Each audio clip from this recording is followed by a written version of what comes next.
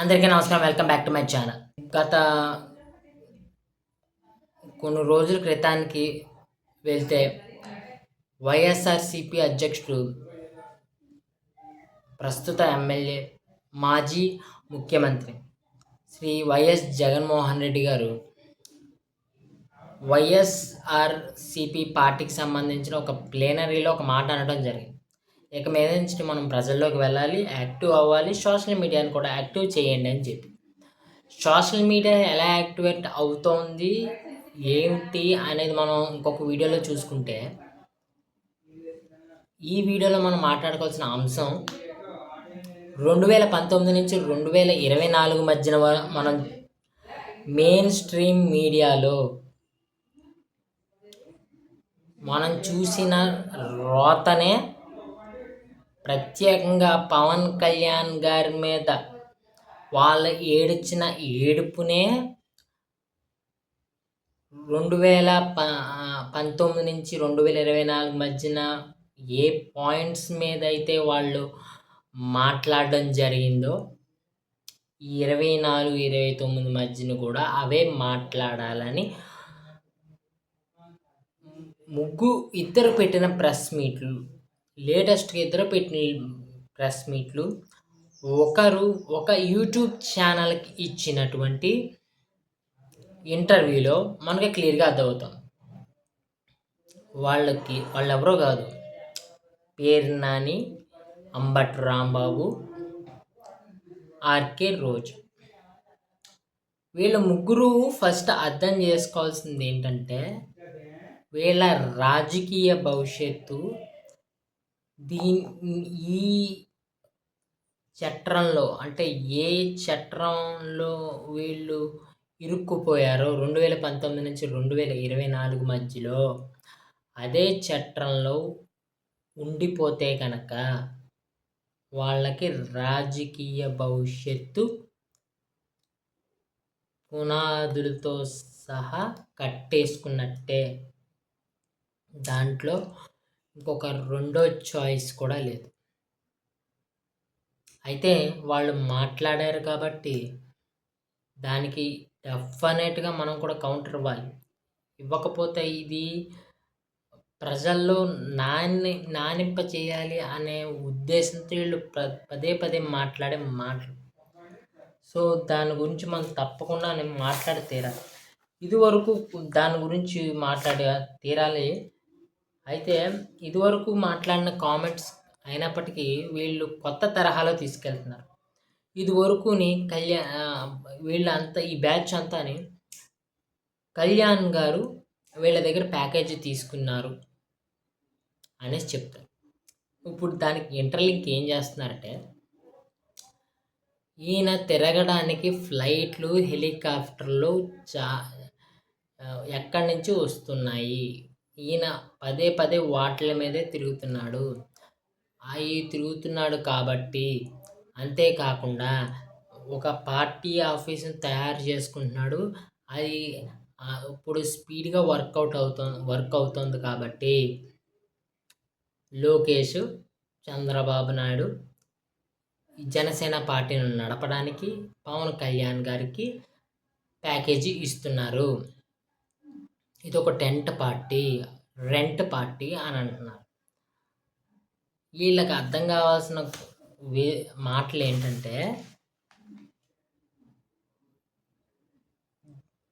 ఈయన సాదాసీదా వ్యక్తి అని మీరు భావిస్తున్నారేమో. ఈయన ఒక ప్రజల అభిమానాన్ని పొందిన హీరో. ఈయన కోసం మీరు చూశారు కూడా అండి, 2024 ఎలక్షన్స్లో ఎలా ఉంటుందో. మీరు నిర్బంధించినప్పుడు ఆయన్ని తీసుకెళ్ళడానికి బళ్ళు వర్షాల్లో ఎలా నడిచినవి కూడా మీరు చూశారు. వైజాగ్లోని మీరు నోవాటిల్లో బంధించినప్పుడు ఆయన పవర్ ఏంటో చూశారు. ఆయన ఒక సినిమా చేస్తే 100 కోట్లు, ఒక యాడ్ చేయాలనుకుంటే 100 కోట్లు. అంతెందుకు, ఆయన సినిమా ఇండస్ట్రీలో రాకముందే మెగాస్టార్ చిరంజీవి గారు ఎస్టాబ్లిష్డ్ హీరో. ఆయన ఎంతో సంపాదించారు. ప్యాకేజీ తీసుకోవాల్సిన అవసరం ఏంటి? పోనీ ప్యాకేజ్ మీరు అన్నట్టే నిజంగా ప్యాకేజీ తీసుకున్నారే అనుకుంటే 2019 నుంచి 2024 ఉన్నారు. గుడ్డు మీద ఈకలు పీకారా లేకపోతే పీకారా? ఎందుకు నిరూపించలేదు మీరు? ఎందుకు నిరూపించలేకపోయారంటున్నా? ఎవరిది రెంట్ పార్టీ? మీ పార్టీని ఎక్కడి నుంచి తెచ్చుకున్నారు మీరు? ఎవరి దగ్గర నుంచి దొబ్బుకొని తెచ్చారు? మీ దగ్గర పనిచేసినటువంటి ఎమ్మెల్యేలు, ఎంపీలు ఎక్కడి నుంచి తీసుకొచ్చుకున్నారు మీరు? ఐదర్ కాంగ్రెస్ ఉంటారు, లేకపోతే టీడీపీ ఉంటారు, లేకపోతే ప్రజారాజ్యం పార్టీ నుంచి పుట్టుకొని వచ్చిన వాళ్ళు మీ దాంట్లో ఉంటారు. ఎవరిది రెంట్ పార్టీ? ఎవరిది టెంట్ పార్టీ? ఏమంటారు? ఎవరు పవన్ కళ్యాణ్ గారు ఈ మధ్యన ఏంటంటారు, నాకాపురంలోని మిమ్మల్ని అధపాతాళానికి తొక్కుతానని తొక్కేశాను, అలాగే మిమ్మల్ని భవిష్యత్తులో కూడా రానివ్వను, నగ్గనివ్వను అన్నారు.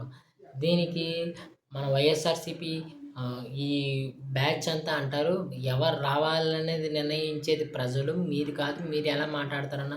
మరి మీరు 2024 ఎలక్షన్స్లో why not 175, why not Pithapuram, why not Kuppam, why not Mangalagiri అని ఎందుకు యాసలేశారు? ప్రజలు 2024లోని కూటమికి 164 సీట్లతోనే తీర్పు ఇచ్చిన తర్వాత ఇప్పుడు ఈ ఈవీఎంల నాటకాలు ఎందుకు ఆడుతున్నారు మీరు? ఈవీఎం నాటకాలు ఎందుకు ఆడుతున్నారు? ఈవీఎంలో ట్యాంపరింగ్ జరిగింది, లాస్ట్ గంటల్లో ఇంత జరిగింది, అంత జరిగింది అని ఎందుకు యాసలేస్తున్నారు? ఈ యాసలేసే బదులు ఒకసారి సుప్రీంకోర్టు తలుపు తట్టరాదా? తలుపు తట్టేసి ఒకసారి నిరూపించండి. ఆల్రెడీ మీ చేతిలో 87 సీట్లు ఉన్నాయి, 11 సీట్లు, 98 సీట్లతో గవర్నమెంట్ ఫామ్ చేయండి గవర్నర్ దగ్గరికి వెళ్ళి. ఎందుకు ఈ సొల్లు సుత్తుని మాకు ఇక్కడ? ఈ సొల్లు సుత్తు మాకు ఎందుకు అంటున్నాను? జగన్మోహన్ రెడ్డి గారిని చూస్తుంటే భయం వేస్తుంది, పవన్ కళ్యాణ్ గారికి అని మన అంబటి రాంబాబు గారు కానీ, పేరు నాని గారు కానీ అంటున్నారు. అండ్ అందుకే పవన్ కళ్యాణ్ గారు రాని వాళ్ళు దచ్చుకోలేదు అని అంటున్నారు. అవును, నిజమే, పవన్ కళ్యాణ్ గారు భయపడుతున్నారు. ఎలాగంటే జగన్మోహన్ రెడ్డి అధికారంలోకి వచ్చేస్తే మా పార్టీని ఏదో చేసేస్తాడని, లేకపోతే ఎవరిని ఏదో చేసేస్తాడని కాదు, రాజ్యాన్ని నాశనం చేసేస్తాడని. చూసాం కదా, 2019 నుంచి 2024 మధ్యన అమరావతిని నాశనం, పోలవరం నాశనం, మద్యపాన నిషేధం చేస్తానని చెప్పి భూములు ప్రెసిడెంట్ మేళలో తీసుకొచ్చి ఆరోగ్యాన్ని నాశనం,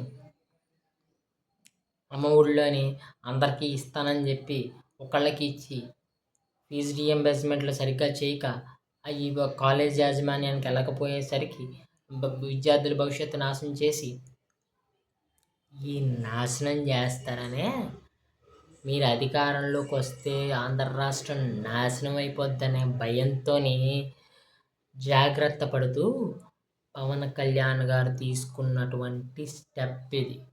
ఆయన ఒక్కసారి స్టెప్ తీసుకున్నాడంటే తొక్కుతాడు, తొక్కి తీడతారు. ఫైనల్గా ఏమంటారు వీళ్ళు? సుగాలి ప్రీతిని అడ్డు పెట్టుకొని, ఒక ఆడపిల్లని అడ్డు పెట్టుకొని ఈయన రాజకీయం చేసి అధికారంలోకి వచ్చి ఇప్పుడు ఆ కేసుని ఏమీ చెయ్యటం లేదండి బాబు. 2019 నుంచి 2024 మీరేం పీకారు? అసలు సుగాలి ప్రీతి కేసు అనేది నిలబడిందే జనసేన పార్టీ వల్ల, పవన్ కళ్యాణ్ గారి వల్ల. రీసెంట్గా కూడా బొలిశెట్టి సత్యనారాయణ గారు సుగాలి ప్రీతి అమ్మా నాన్నగారిని కలవడం జరిగింది. అలాగే ఒక లాయర్ అయినటువంటి మీకు సుపరిచితంగా టీవీ డిబేట్లో కనబడతారు ఆవిడకు ఇంటర్వ్యూ కూడా ఉంది, యూట్యూబ్లో వెళ్ళి చూసుకోండి. అంబటి రాంబాబు గారు, పేరు నాని గారు గ్రౌండ్ వర్క్ జరుగుతోంది దాని మీద. ఏంటి ఇది ఎప్పటి కేసు? అప్పటి నుంచి చూసుకుంటూ చేస్తున్న కేసు, మొత్తం సాక్ష్యాలు అన్నీ సేకరిస్తూ చేస్తున్నటువంటి కేసు. డెఫినెట్‌గా దీన్ని ఒక కన్‌క్లూజన్‌కి తీసుకొచ్చే బాధ్యత జనసేన పార్టీ మీద ఉంది. చేసి తీరతారు. మీరు ఇలాగే ప్రజల్ని మభ్యపెట్టేసి సీఎం సొల్లుతాను అంటే 11 పెట్టారు. ఇప్పుడు ఇంకా ఒకటి కూడా ఉండదు.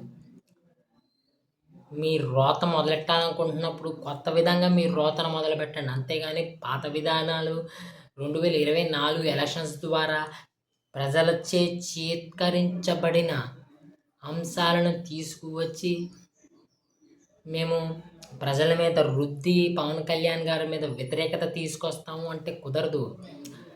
మీకు దమ్ము ధైర్యం ఉంటే పవన్ కళ్యాణ్ గారు స్వతంత్ర భారతదేశం నుంచి పుట్టుకుని వచ్చి అవ్వలేని సమస్యలన్నీ ఆయన తీర్చుకుంటూ ఒకటొకటి వస్తున్నాడు. దాంట్లో చిల్లులుంటే సక్రమంగా మాట్లాడుతున్నాను. దాంట్లో చిల్లులుంటే ఆ చిల్లులు బయట పెట్టి మాట్లాడి విమర్శించండి. అంతేగాని ఆయన చార్టెడ్ ఫ్లైట్లో తిరుగుతున్నాడు, లేకపోతే ప్యాకేజీ తీసుకున్నాడు, ఆయన మీద ద్వేషం, ఈయన మీద ద్వేషం, ఈ సొల్లు సొల్లొద్దు. సొల్లేదేదో సరిగ్గా సొల్లండి.